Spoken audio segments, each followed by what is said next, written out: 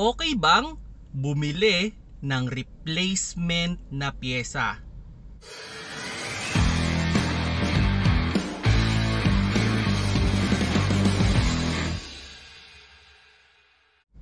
Hello mga paps, I'm Kuya Shane at may na-receive na naman tayong question na related sa mga replacement na pyesa.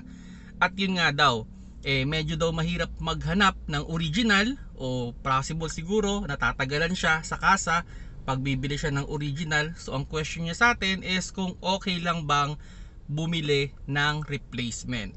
Okay, ganito lang yan mga paps, no? Depende kasi yan sa presyo. Pero kung yung piyesang bibili ninyo ay consist ng rubber or plastic, ako ay highly recommend na original ang bibili ninyo. Especially kung yung piyesa ay nasa loob ng engine o yung masyadong mahal ang labor. Okay? Or ganito scenario na lang. Halimbawa, medyo nag-aalangan kayo kung ano ba talaga yung sira. Kumbaga nagloloko yung unit ninyo at hindi nyo ma-determine kung ano yung exactly problema. Okay? Pag ganyan ang senaryo, original dapat ang lahat ng bibili ninyo. Bakit? Pag ano kasi yan, halimbawa nagda-diagnose kayo, tinetesting nyo yung iba-ibang pyesa, pag replacement ang binili ninyo, there's a possibility na pag hinalaan ninyo yung replacement na pinalit ninyo, na baka pala yun yung sira. So ako, pag sakali man pag medyo yung problema is parang hindi ganun ka visible, okay? Hindi ganun, parang nag-experiment tayo, mas okay na puro original yung ipapalit natin. Okay? Pero minsan kailangan din natin balansehin yan like for example, auxiliary fan motor. Merong original na auxiliary motor na cost is 5,000 pesos.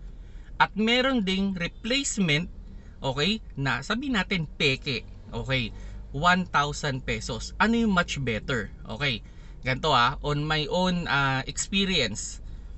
Yung peke, okay naman, nagpe-perform naman siya, hindi naman mag-overheat yung sasakyan.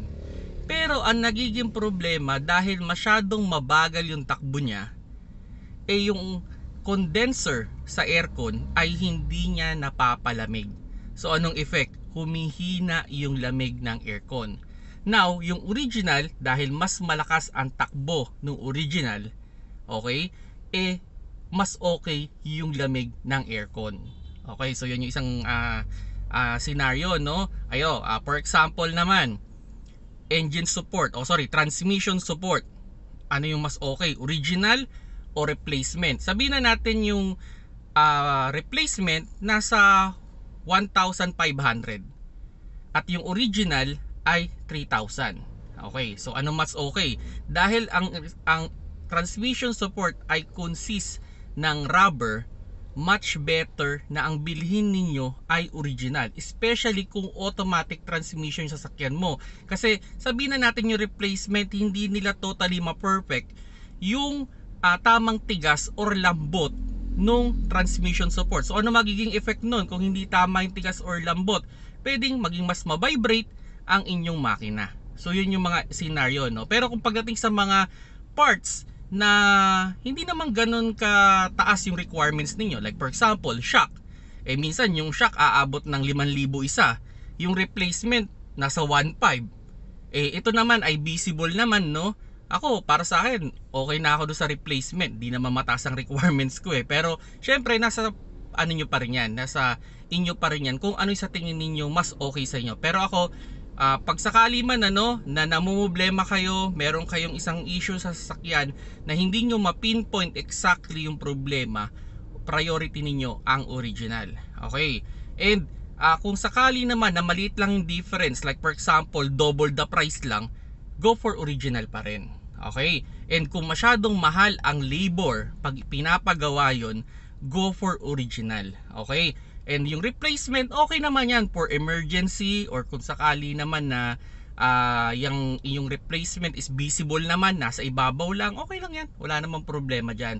So yung mga paps, sana nagkaroon kayo ng idea with regards replacement parts ng kotse. Salamat sa panonood, keep safe mga paps.